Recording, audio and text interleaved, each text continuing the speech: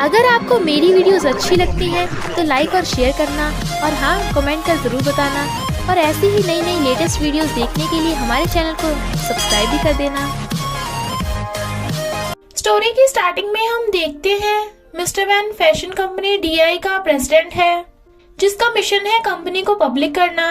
Moulding, जो company की best designer है, वो मिस्टर वैन को अपना न्यू डिजाइन बना के लाके दिखाती है, जो फैशन शो में मॉडल पहनेगी।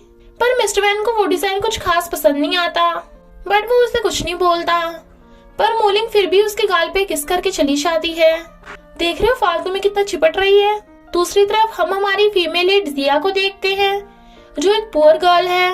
वो डिजाइनर बनना चाहती है और एक छोटी सी शॉप चलाती है। उसकी फ्रेंड सीकी, जो एक ऑनलाइन स्ट्रीमर है, उसे एक डिजाइन देकर जिया से ड्रेस बनवा लेती है। जिया की मॉम शॉप को बेचना चाहती हैं, पर वो बायर को झूठ बोल देती है कि यहाँ पर बहुत मर्डर केस होते रहते हैं, तो बायर भाग जाता है। मॉम उसे मारने वाली थी तो उसका छोटा भाई बीच में आ जाता है। इनफैक्ट उसने डैड को मरने से पहले प्रॉमिस किया था कि वो ये शॉप नहीं बेचने देगी। फिर वो DI कंपनी, जो मिस्टर वैन की है, उस कंपनी से कॉपरेशन करने के लिए चाहती है, बट वो उसे भगा देते हैं। सीकी अपनी ब्रांडेड ड्रेस पहन के एक लड़की को दिखा रही थी, पर मिस्टर वैन उसे देख लेता है क्योंकि यही सेम डिजाइन मोलिंग ने बनाया था। मिस्टर वैन उसे रोकता है। सीकी कहती है, माना कि मैं बहुत ब्यूटीफुल हूँ, पर ऐसे लड़की को बीच में रोकना सही नहीं है। वो कहता है, सॉरी, मैं तुम में नहीं तुम्हारी ड्रेस में इंटरेस्टेड हूँ। वो कहती है, ये ड्रेस ये तो मेरी फ्रेंड ने बनाई है। मिस्टर वैन उसे बिजनेस कार्ड मांगता है, बट वो उसे वीचैट से कनेक्ट हो जाती है। पर मिस्टर वैन बहुत गुस्से में था कि उसने उनकी कंपनी की कॉपी की, और इन्वेस्टिगेटर को जिया को ढूंढने को बोल देता है। सीकी जिया की शॉप पे लाइव स्ट्रीम कर रही थी, तभी एक कार आती है जिसमें DI कंपनी का बेस्ट मॉडल मोचन बैठा था। उसका ड्राइवर जिया की शॉप पे ब्लेजर ठीक कराने चाहता है, पर जिया शॉप से बाहर थी। इधर फैशन शो स्टार्ट होने वाला था, पर मेन मॉडल मोचन गायब था और ना ही मोलिंग को फोन उठाता है। तो मोलिंग मिस्टर वैन को फोन कर बता देती है, तो मिस्टर वैन जल्दी से भागता है। जिया सैड होकर जा रही थी, तभी वो उसे टकरा जाता है। जिया का पर्स उसके पैर में लचकर दूर गिर जाता है और उसका सारा सामान बिखर गया था। तो वो डॉक्यूमेंट उठाता हुआ उसके डिजाइन को ध्यान से देखने लगा था कि एक स्कूटी वाला उसे टकराता टकराता बचता है। मिस्टर वैन जल्दी में था, इसलिए उसके डिजाइन वापस कर भाग जाता है, बट वो देखती है कि उसका पर्स गायब है। तो जिया को लगता है कि वो जानबूझ के मुझसे टकराया था और मेरा पर्स चुरा के उस स्कूटी वाले को दे दिया होगा। तो चिल्लाती है, अबे चोर रुक, बट वो तो पहले ही चला गया था। तभी जिया को फोन आता है, बड़ा माल हाथ लगा है, 3 ब्लेजर 3 घंटे में ठीक कर दे। वो कहती है, ये तो इम्पॉसिबल है, पर 5000 मिलेंगे। तो वो भाग कर आती है। फैशन शो स्टार्ट होने वाला था, पर मोचन अभी तक नहीं आया था। लेकिन को पूरा भरोसा है कि मोचन जरूर आएगा, क्योंकि उसके डैड ही इस कंपनी के फाउंडर हैं, और मोचन और मिस्टर वैन बचपन के फ्रेंड्स भी हैं। इधर मोचन मोलिंग की फोटो देख रहा था और सोचता है, अगर सारी कंपनी मेरी होगी तो क्या तुम मेरी हो जाओगी। सीकी ने ड्राइवर को जिस तरह से रोक के रख रखा था और उसे बाहर नहीं जाने दे रही थी। इतने में जिया भाग के आती है। मेजरमेंट के लिए ड्राइवर उसे डायरी देता है, बट वो कहती है, मुझे खुद से नाप लेना है। इसलिए मोचन आता है, वो भी मास्क लगा के। सीकी कहती है, ये तो सुपर मॉडल मोचन जितना हॉट है। वो कहता है, जल्दी नाप लो। जिया उसे कपड़े उतारने को बोलती है। वो हैरान था, पर सीकी उसका कोट पकड़ के उतार देती है। जब जिया उसका नाप लेने लगी थी तो वो उसके क्लोज होती है, पर वो दूर हो रहा था। मोचन कहता है, पहले तुम्हारे पास 3 घंटे थे, पर तुम लेट हो तो सिर्फ 1.5 घंटे के अंदर अंदर तुम्हें ब्लेजर तैयार करके डिलीवर भी करने हैं।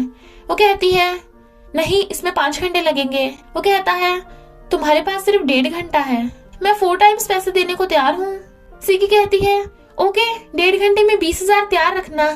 तो वो ड्रेस तैयार करने को बोलकर चला जाता है। सीकी कहती है, काश मेरा भी इतना हॉट एंड हैंडसम बॉयफ्रेंड होता। मिस्टर वैन को जब पता चलता है कि मोचन ब्लेजर ठीक कराने एक छोटी सी शॉप पे दे आया, तो वो कहता है, अगर उन्होंने हमारा डिजाइन कॉपी कर लिया तो। मोचन कहता है, टेंशन मत लो, मैं इसकी पूरी रिस्पॉन्सिबिलिटी लूंगा। मोलिंग उसे दूसरी ड्रेस पहनने को कहती है, बट वो कहता है, मुझे तुम्हारे वो ओल्ड फैशन कपड़े नहीं पहनने। इधर सीकी कहती है, मुझे पता था ये DI कंपनी का डिजाइन है, वो जरूर मोचन होगा, क्यों ना हम इसकी फोटो खींच ले और ऐसी कॉपी बनाकर बेचेंगे। पर जिया मना कर देती है क्योंकि ये प्लेगरिज्म है और इलीगल है। पर जब वो ब्लेजर ठीक कर रही थी तो सीकी चोरी से उसकी फोटो खींच लेती है। ब्लेजर तैयार हो गए थे पर डिलीवरी करनी बाकी है, इसलिए सीकी की एक कॉल पे ही रैन स्कूटी भगा के ले आता है ताकि जिया को कंपनी तक छोड़ने जा सके। इधर फैशन शो चल रहा था पर जिया भागती है और मिस्टर वैन को देख कहती है, चोर मेरा पर्स वापस कर। वो कहता है, कौन हो तुम? वो कहती है, नौटंकी बंद कर, चुपचाप मेरा पर्स दे। तभी मिस्टर वैन को इन्वेस्टिगेटर का फोन आता है जो बताता है कि सीकी एक ऑनलाइन स्ट्रीमर है और वो तुम्हारी कंपनी के डिजाइन कॉपी कर ऑनलाइन बेचती है और जिया का फोटो भेज देता है जो उसके डिजाइन कॉपी करके बनाती है। तो वो जिया को गुस्से से देख रहा था और पूछता है, तुम सीकी की फ्रेंड जिया हो? वो कहती है, तुम्हें मेरा नाम कैसे पता? तुमने मुझे फॉलो किया, स्टॉकर कहीं के? वो कहता है, तुम्हारी फ्रेंड सीकी ने हमारी कंपनी के सेम डिजाइन की ड्रेस पहनी थी। जिया को याद आता है कि सीकी ने जब उसे डिजाइन दिया था तो उसने पूछा था कि कहाँ से आया, बट उसने बात टाल दी थी। वो कहता है, तुमने हमारी ड्रेस की कॉपी की है ना? वो कहती है, बकवास बंद कर चोर, मेरा पर्स वापस कर। वो कहता है, मैंने नहीं चुराया, और उसे पकड़ के ले जाने लगा था। जिया जोरों से चिल्ला रही थी, इतने में मोशन आ जाता है। वो कहती है, ये चोर अकेले में मेरा फायदा उठाने वाला था। मिस्टर वन कहता है, नौटंकी बंद करो, तुमने प्लेगरिज्म किया है। मोचन कहता है, चलो दोनों चुप हो जाओ, तुम चोर हो और तुमने प्लेगरिज्म किया है। देखो मिस्टर वैन मेरा फ्रेंड है और मैंने जिया की शॉप देखी है, तो क्यों ना फैशन शो के बाद एक दूसरे से बात कर लेना। मुझे ये ब्लेजर दे दो, मैं तुम्हें बाद में पैसे दे दूंगा। तो जिया गुस्से से चली जाती है।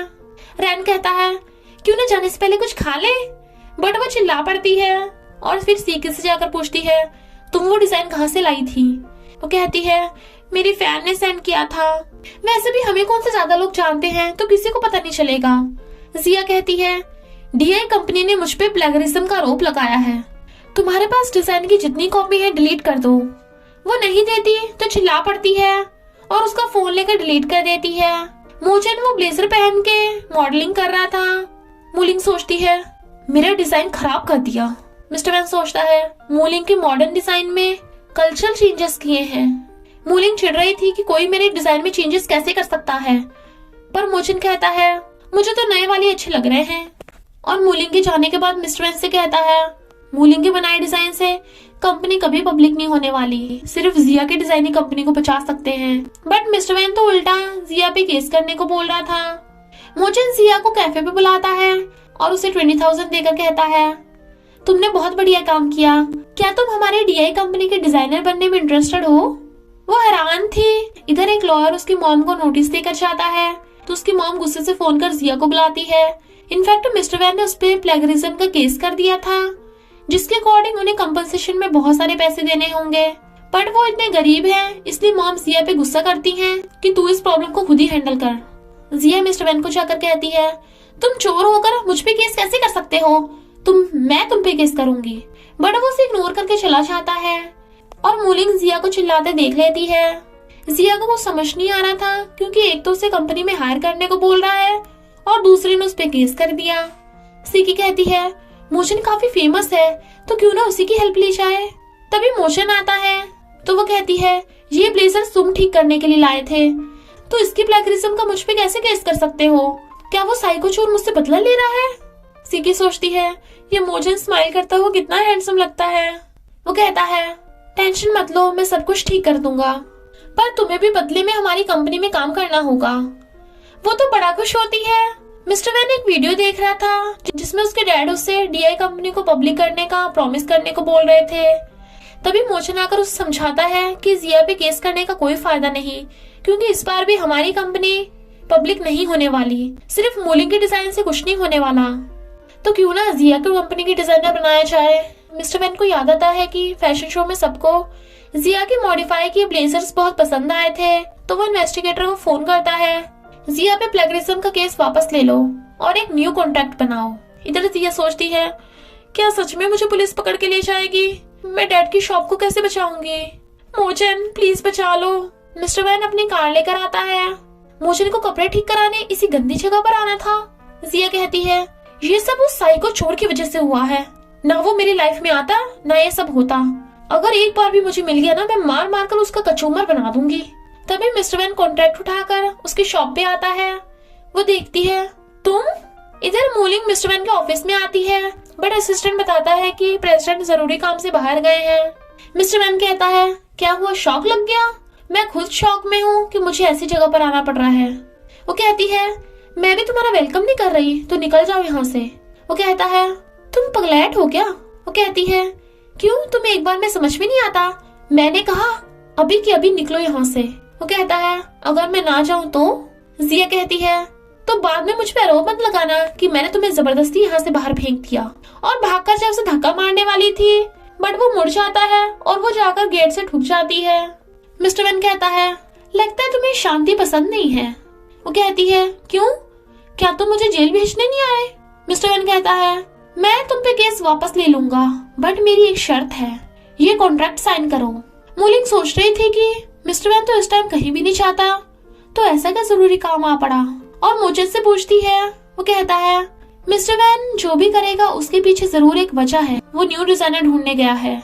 मूलिंग कहती है, इम्पॉसिबल, वो मेरी मर्जी के बिना न्यू डिजाइनर नहीं रख सकता। मोचन कहता है, मिस्टर वैन कंपनी का प्रेसिडेंट है और कंपनी की सेल्स बढ़ाना उसका काम है। लगता है उसने तुम्हें बताया नहीं कि तुम्हारे डिजाइन की वजह से सेल्स कम हो गई है। वो पूछती है, न्यू डिजाइनर है कौन? मूलिंग कहता है, जिया। इधर जिया कॉन्ट्रैक्ट पढ़ के कहती है, सिर्फ 3 महीने का ट्रायल और उसमें भी इतनी कम सैलरी? कोई बेवकूफ भी इस कॉन्ट्रैक्ट को साइन करेगा, मैं ये साइन नहीं करने वाली। अगर मुझे जान से मार दोगे तब भी नहीं साइन करूंगी। मिस्टर वैन कहता है, ओके, तो जेल जाने के लिए तैयार हो जाओ। इसी के साथ पार्ट 1 का एंड हो जाता है, तो बस थोड़ा सा इंतजार करना, फिर मिलेंगे नेक्स्ट पार्ट में।